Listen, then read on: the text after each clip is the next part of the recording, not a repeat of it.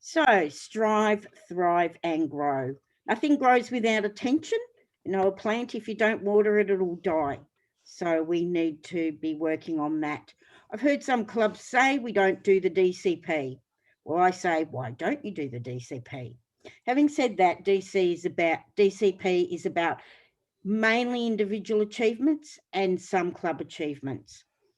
If your members are not achieving, you won't be achieving well in the DC program, DCP. Please welcome Tracy Green, another past district director, for her session, Strive, Thrive and Grow, the Distinguished Club Program and Distinguished Recognition Program. Over to you, Tracy. Oh, thank you, Vicky, our Toastmaster for this session, plus our immediate past district director. I am going to share my screen. And hopefully what you will see now is my presentation. And let me put it in a presentation mode. And I'll just look for a thumbs up that everyone can see that. We can. Fantastic. Thank you. Yes, strive, thrive, and grow. This is about how we all collectively, striving, thriving, and growing, can allow us to achieve DCP and DRP. And those, of course, are the acronyms for the Distinguished Club Program and the District Recognition Program. When I think about strive, thrive, and grow, so number one, I think that the key and the centerpiece in this demonstration here is the member. For our district, our division, our area, and our clubs to strive, thrive, and grow, it is all about the members' experience. That is what's going to expand out into the other areas for them to also grow. So I broke this down to, let's think about the member. And apologies if there's repetition, because you may have heard some of this already in the presentations yesterday and this morning.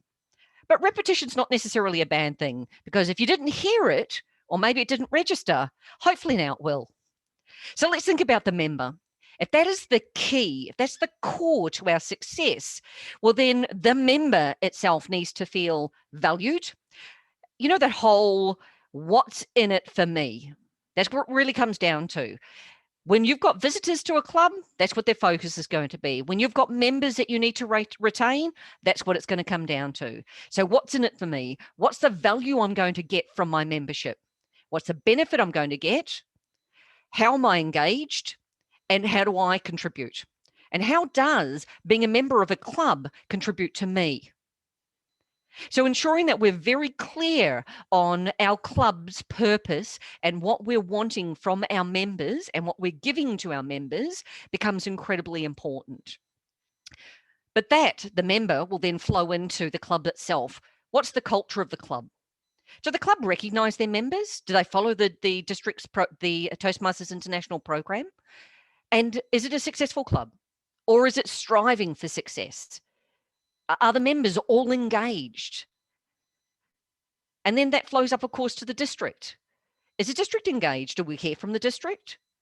Do the district recognise members or clubs? Does the district support members and clubs? Do they lead by example? For me personally, I think that anybody who has a belief or wants to influence others, to ensure that you're able to do that, you need to lead by example. Because, of course, most of us will observe the behaviour. Because it's not what you say, it's what you do that will really influence others. So for you to strive, thrive and grow, on the right-hand side, you can see, for me, striving is leading by example. You're demonstrating. People will see what you're doing and want to follow. When you lead by example, you'll achieve. Maybe not greatness, but there's a possibility. I'm not going to give any guarantees. But ultimately, you, when you're striving, you'll be your best. Because you're giving your best, you're doing your best. And when you give your best, that shows to others. That's the leading by example, from my perspective. And then thriving. Thriving is when, I heard before about teamwork. You know, when we are working together, that's when we'll thrive. In a club environment, to thrive, it's about having smart goals. It's about ensuring that your members work together, and so does your executive. They represent the members. And grow, well, that's going to be a byproduct. If we're doing all of that other stuff, then growth is what's going to come from our club membership, the clubs within the district, within the area, division. It will mean a very successful environment for D73. And if that's what we're wanting, then that's the possibilities for us. So thinking about striving, thriving, and growing from a club's perspective, let's look at the DCP, the Distinguished Club Program. For those who don't know, this is updated annually. And so this edition here is the January 2021 edition. And so if there are any updates to pro formas or information that's available for us, resources, etc., these get updated annually. So it means that at a point in time, they're the best source for you as a club officer. So when I think about the DCP, I think about, first of all, is everybody clear about what the club mission is? And if they think about the club mission, are they also really cognizant of the Toastmasters Promise? So for me, I think the club mission is interwoven with the Toastmasters Promise. So of course, we can all see here that the club mission is that we will provide a supportive and positive learning experience in which members are empowered to develop communication and leadership skills, resulting in greater self-confidence and personal growth. Fantastic. That is the club's mission, and every club within the Toastmasters community has that same mission. But I think sometimes we forget about the simplicity of the Toastmasters Promise. And what's really interesting is I use this in one of the monthly pathway presentations, and two of the members from one of my clubs had said they attended that session and they'd never really thought about the Toastmasters Promise. And as a result of seeing that, they've both stepped up to take on executive positions this year. So for me, I think if we simply just focus on what's already there in front of us, lead by example, and ask everyone who is a member of Toastmasters International that they commit to this Toastmasters Promise, then you've got members who will strive, thrive, and grow, which of course in turn is going to naturally flow out. The members are in the middle. It will expand to the club, expand to the district. So this Toastmasters Promise, I think, is something that we really want to constantly reiterate with our members, reinforce, remind. It's a valuable tool. And I hadn't realized that until I got that feedback. And sometimes when you think that it's there, but you dismiss it because I never repeated it or I never reinforced it, well, that was a lesson for me to take home, and I now do. So my recommendation to you, if you have an opportunity to ensure that people are aware of or reference the Toastmasters Promise, please do. Especially when you have an opportunity with new members, when you're welcoming them into the club. This is a great opportunity to remind everybody of when they signed that membership form, this is what they agreed to sign up to. This is their commitment to themselves and their club. And of course, we know what the byproduct of that will be.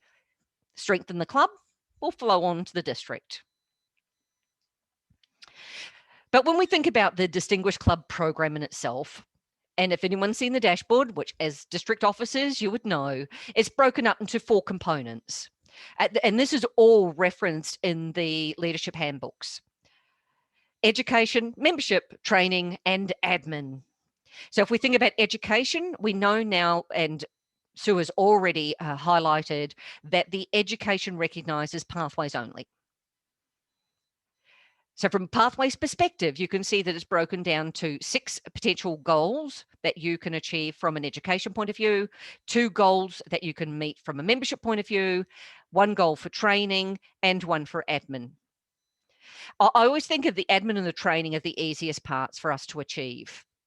Because from an admin perspective, this is about getting your club officers' details updated on Toastmasters International Club Central, and of course, ensuring your dues are paid on time. That's a pretty easy goal to achieve, isn't it? And the next is training. I mean, a club has 7 officers, and all you have to do for each round of club officer training is have 4. I don't think that's a huge task.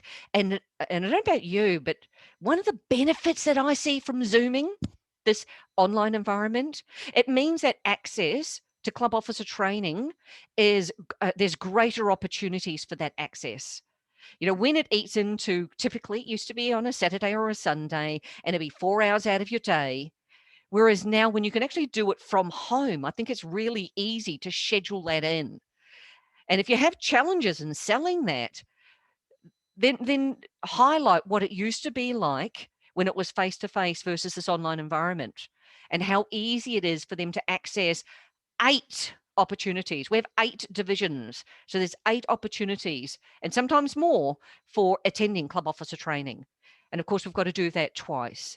But I kind of think that that's an easy one to tick off. The next is about the membership. And membership, we know that we want 4 new dual or reinstating members twice. So get 8 to get the points for membership. That, for some clubs, that can be a challenge, but really this is about looking at what is your VPM actively doing in your club and what is your VPPR doing. If they have a program that they have worked out for the year on how they're going to market your club, always remembering to adhere to branding guidelines, how they're going to promote and market your club is how you're going to attract members. And so the key would be, when you think about your Distinguished Club program, it's about the planning. Have you put into place a plan? And of course, when we think about setting up these goals, there is, of course, the tools for us to do a plan. The club success plan. I wonder how many out in the audience, as club executives, have put into place a club success plan. I was really pleased when I was an area director in this past year that 2 clubs sent me copies of their club success plans that they had put into place at the beginning of their term. And so that meant that we had members who took on their executive positions, understood their responsibilities, and really wanted to ensure that their club had every opportunity to succeed. And that's what your club success plan will give you. You know, it's an opportunity for the executives to be working together and to ensure that everybody agrees on what they're committing to. And it's really the coming together of that executive team and the importance of the teamwork. I mean, you need everyone collectively, I think, for a club to succeed. It can't stand on the shoulders of one person alone. And I've certainly seen, as a district officer, being out in clubs, and there's one person who's pushing and thriving the club, but as soon as they've gone, that energy is gone. So really think about, who am I handing this baton over to? Who else can I inspire to see the value in this club being a strong club, succeeding, you know, taking it beyond what you achieved last year? And I think the club success plan is one of those amazing tools we often forget about, but it allows us to plan ahead. We've all heard of the, you know, if you fail to plan, you plan to fail. So having a club success plan is a really easy tool for you to implement, ensuring you're all on the same page and everybody's focused on what's the benefit for their members and their club to succeed. So if you haven't used one in the past, this is your opportunity to take one up.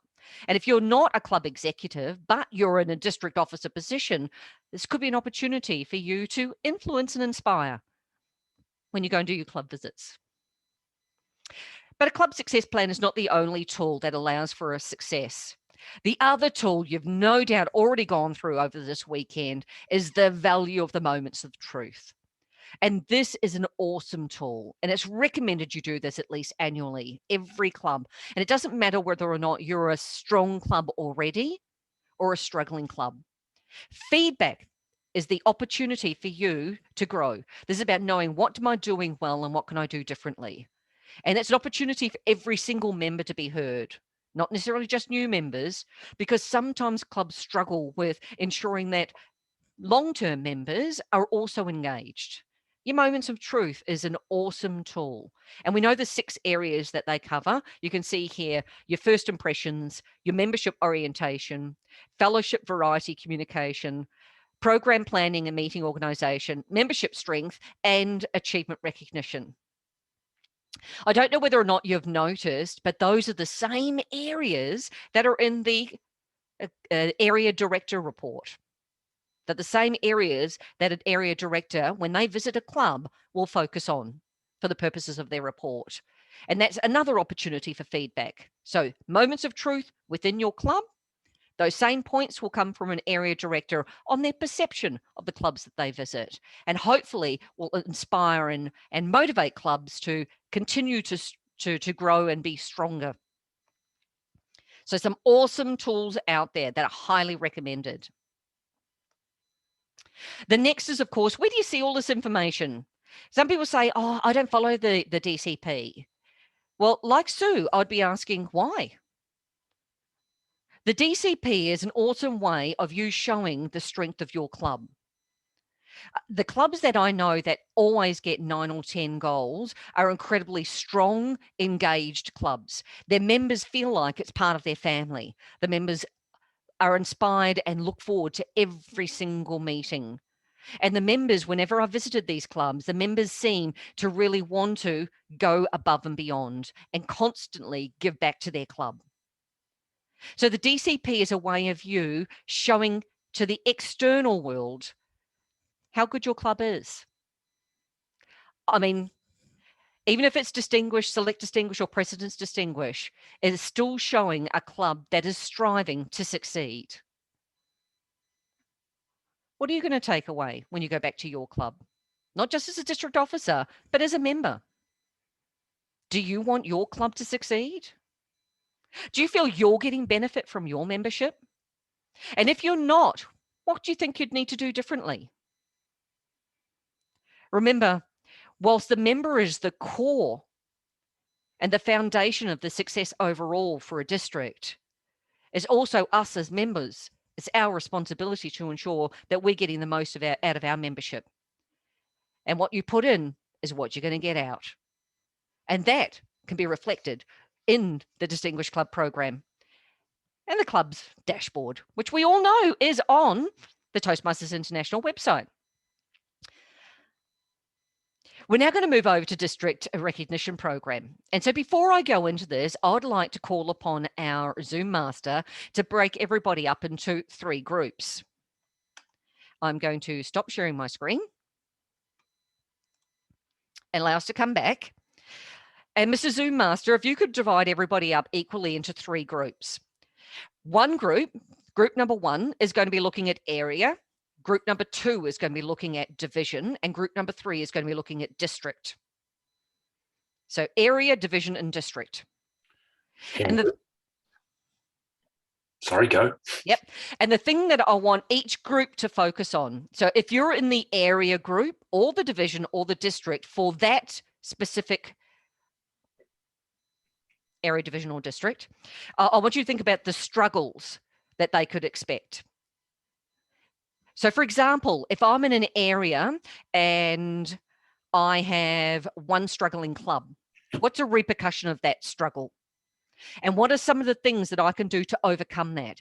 And who do I go to for support? So I want, what are the potential struggles or challenges? And what can I do to overcome them? Area, division, district. And then when we come back, we'll have one spokesman for each group. And then hopefully what we're going to gather is information, because we've all had shared experiences. We'll have information that will help the new district leadership team take on their role and overcome easily, with already points to take away. If they face anything in their journey, they'll be able to tick those off and go, hey, I know what to do to overcome that, or I know who to go to. So we'll have 15 minutes each for area, division, and district. What are the challenges and struggles? And how do we overcome them? And who are the resources we can go to for help? So 3 things to think of. Okay, so awesome. Everyone's back? No. I can see District Director nodding, so that means everyone is back. And so, Daryl, since you're the person who I can see on the screen, does that mean you are representing and you're the spokesperson for Group 1? No, 3. You're Group 3. Who's the spokesperson for Group 1? I am Murray. Okay, Marilyn. awesome. All right, so what do we want to do? And for all of those out there who are either area directors or division directors or just district officers, this is really important that you take on board some of the feedback that's given, because you never know when you might call upon this and some of your experiences in your leadership position. So I'm really keen for all these brains, trusts, sharing of information to hopefully be helpful information for everybody. So if you'd like to please share what your group discussed in regards to the area, challenges for struggling areas, how can they overcome those, who can they go to for help, and where are the resources that they can draw upon? Over to you. Thank you, Tracy. Yes, I'm going to share today 2 key points. Was in terms of the main challenges that we managed to discuss in that time, where the adoption of pathways, the DCP, and also the use of or the participation in contests. So those 3, I'm just summarizing it in one. And the second one was the culture in terms of what happens if a club they are struggling to provide prepared speeches, and they are just most focused on the socializing aspect or impromptu speech type of practice. So in terms of how to overcome these issues, so part of the solutions shared in the discussion was, first of all, understand that culture, asking why, what is the main reason why they are lacking of that of following the recommended way of doing, of actively how to evolve in their journey in Toastmasters. So after you know the reasons, then probably is promoted. Probably we can, as area directors, we can provide sessions and explain the benefits of the use of the educational program or the DCP and the contest, and then align those benefits with the drivers of that particular club or that culture of those clubs, so they can really gain those and understand how they can use those resources available for them to align with what they want to achieve, or why they want to keep and take out of their experience in their clubs. So basically, is in our role as area directors, provide the knowledge, understand their needs, and make sure that we really promote that message, and they can probably change their ways. So in those visits that we need to keep with the clubs, we can follow up and also be with them in that journey. So that is part of the way, some of the resources, some of the ways of how to overcome. In terms of resources, as we've mentioned before, Toastmasters, we have a lot of resources on the site. The District 73 also have a really good website with a lot of information on it.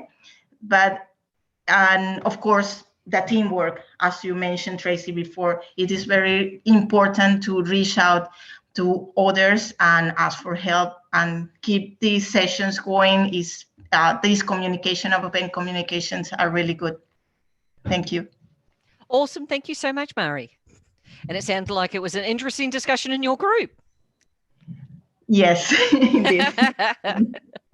Now, group number 2 was looking at division. Who's the spokesperson for group number 2?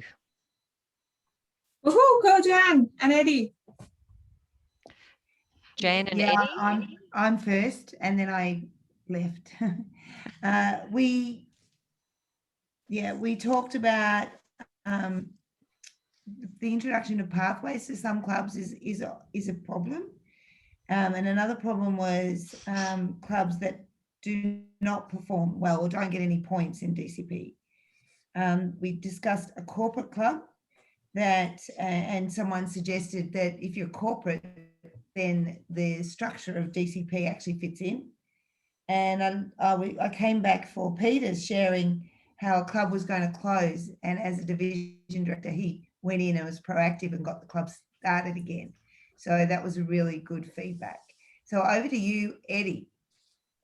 Thank you, Jane. Thank you for the good summary of the beginning and pretty much the end of the session. So I try to give more summary of the middle of the session. And we also talk about if in this division, we may come across some missing area directors. So in that case, the division director may have to step in, or we can ask or to say some, for example, club executive if they want to step into the roles, and also we can reach to the district leader team for the support, and also we can looking for some peer assistance, for example, looking for the assistance from other areas if they want to, for example, like take a responsibility of safeguard two areas together.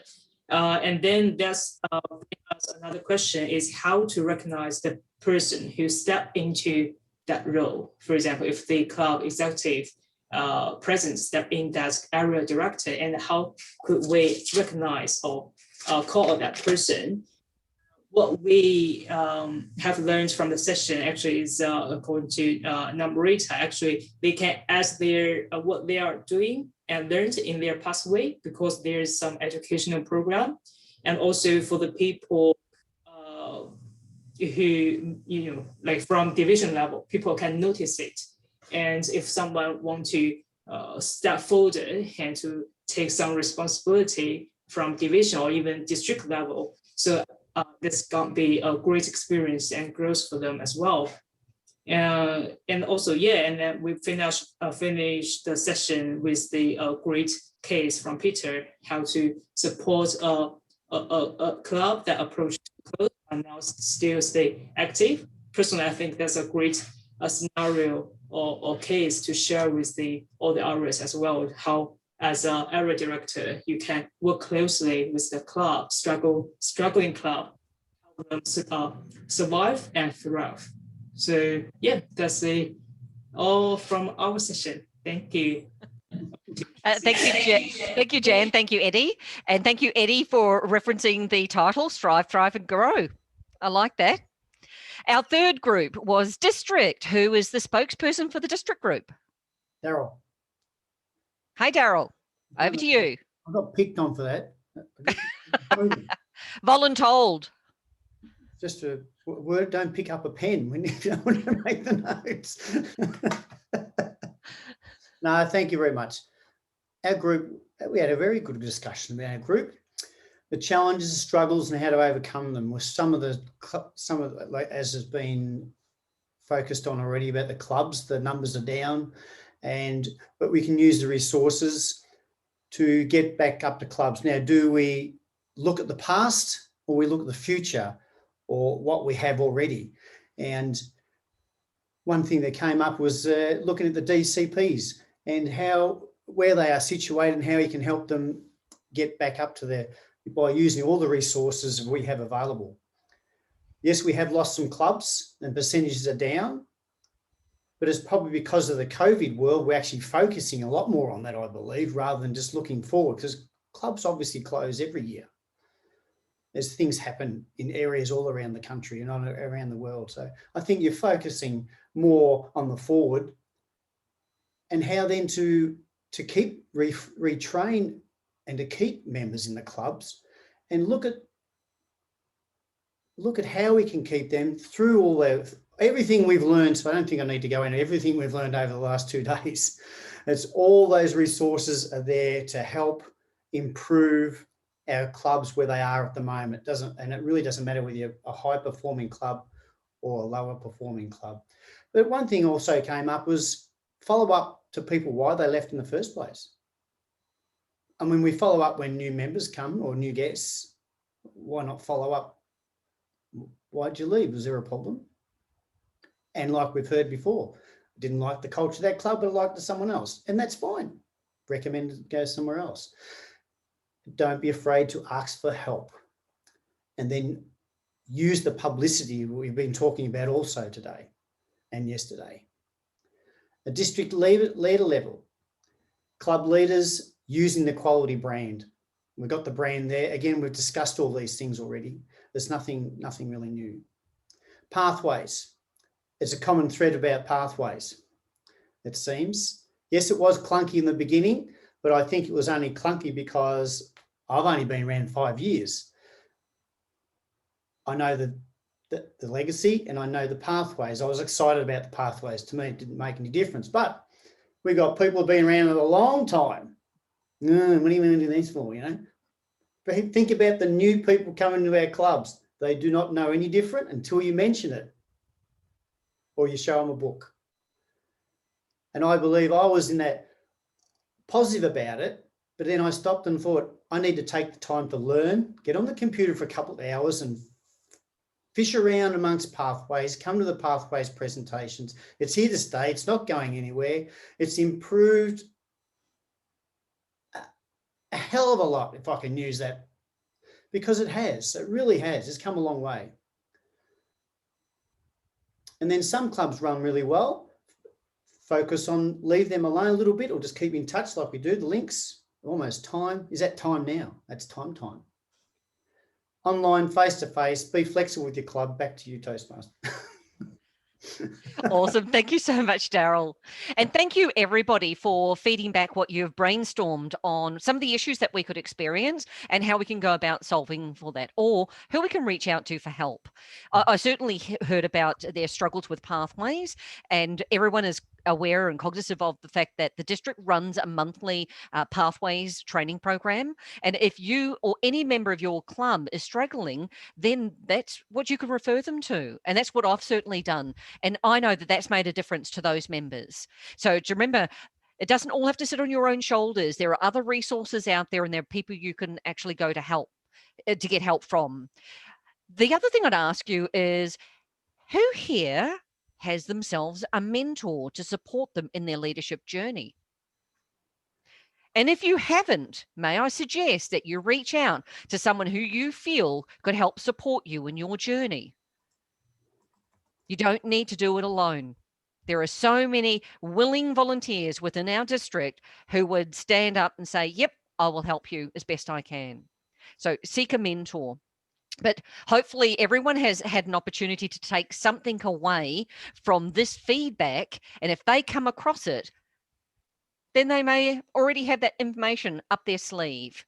The other thing is, I know that one of the things I do recommend, and I will myself go out to those successful clubs. You know, those clubs that always every single year get 9 and 10?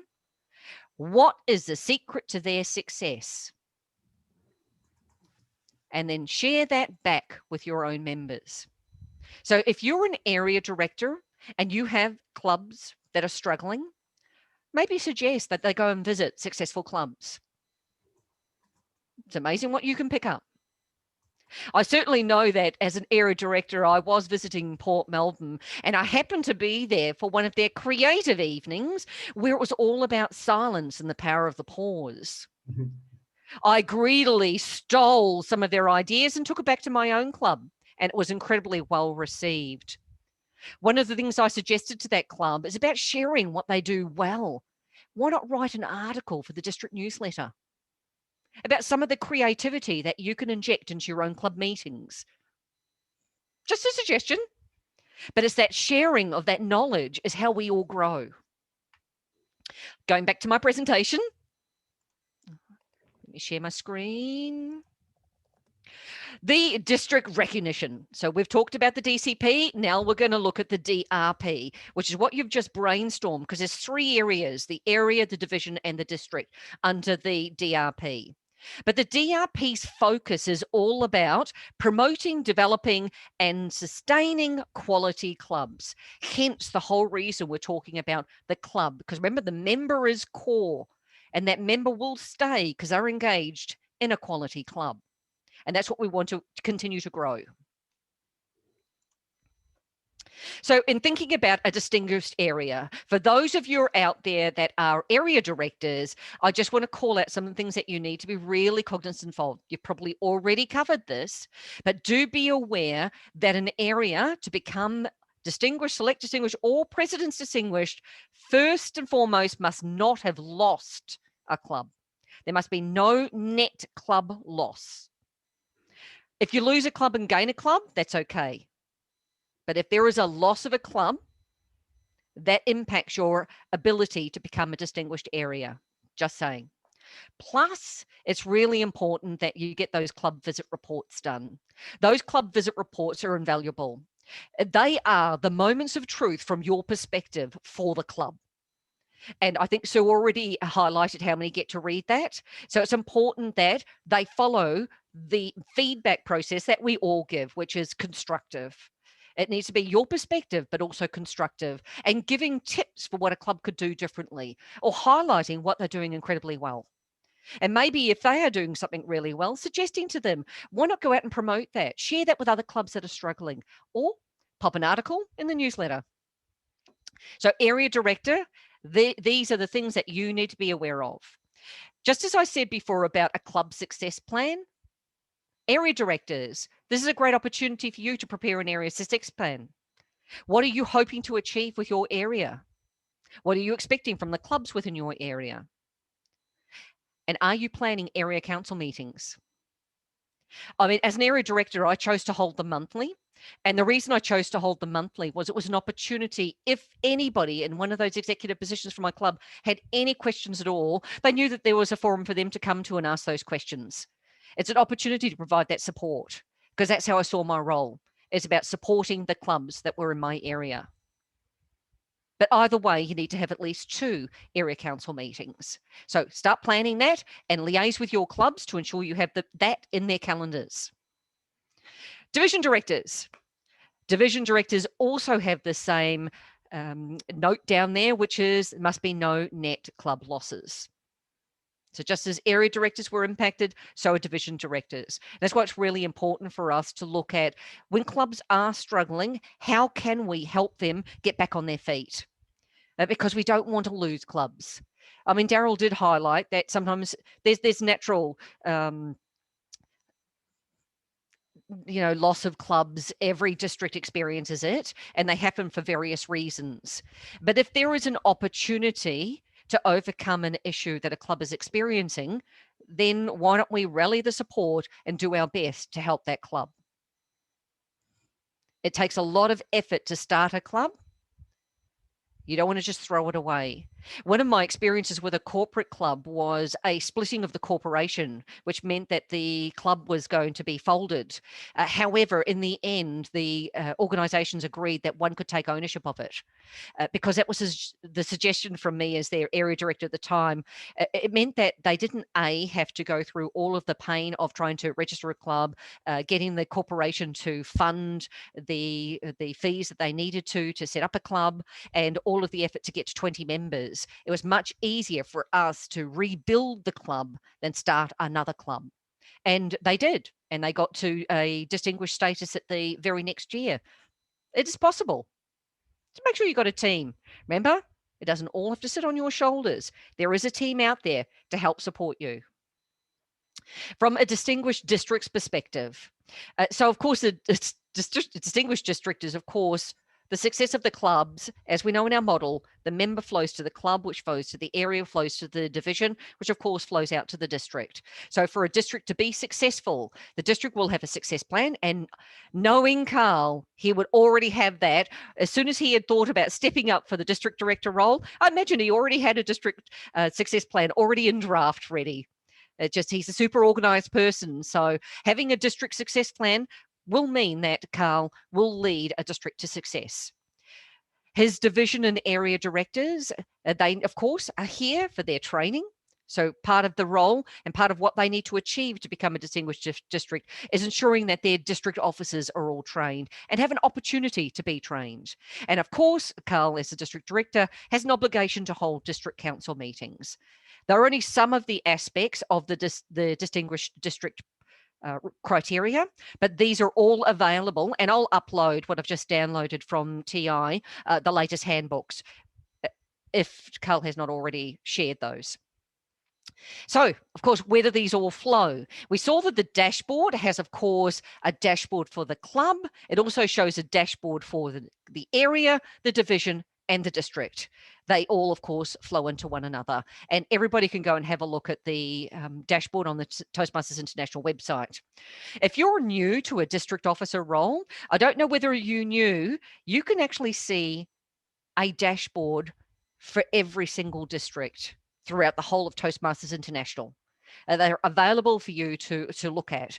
And I personally have been accessing the dashboard for my DTM for Pathways. My project is looking at the successful districts, in particular, what some of their successful clubs are doing from a PR's perspective.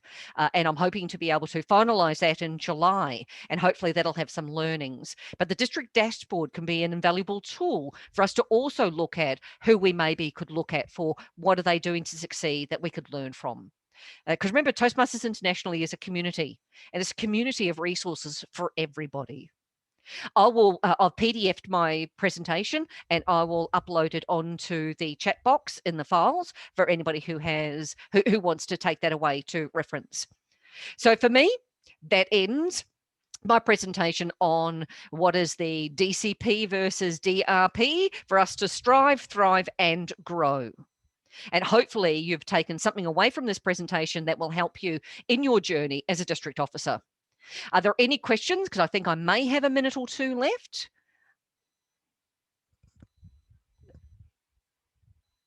I'll reach out to our timer just to confirm. I'm not sure if she's been spotlighted. You have another minute. I only have 1 minute. I think in the interest of everyone's time, you're probably exhausted from all of this training. I will hand back to our Toastmasters and I'll upload my presentation. Back to you, Madam Toastmaster. Thank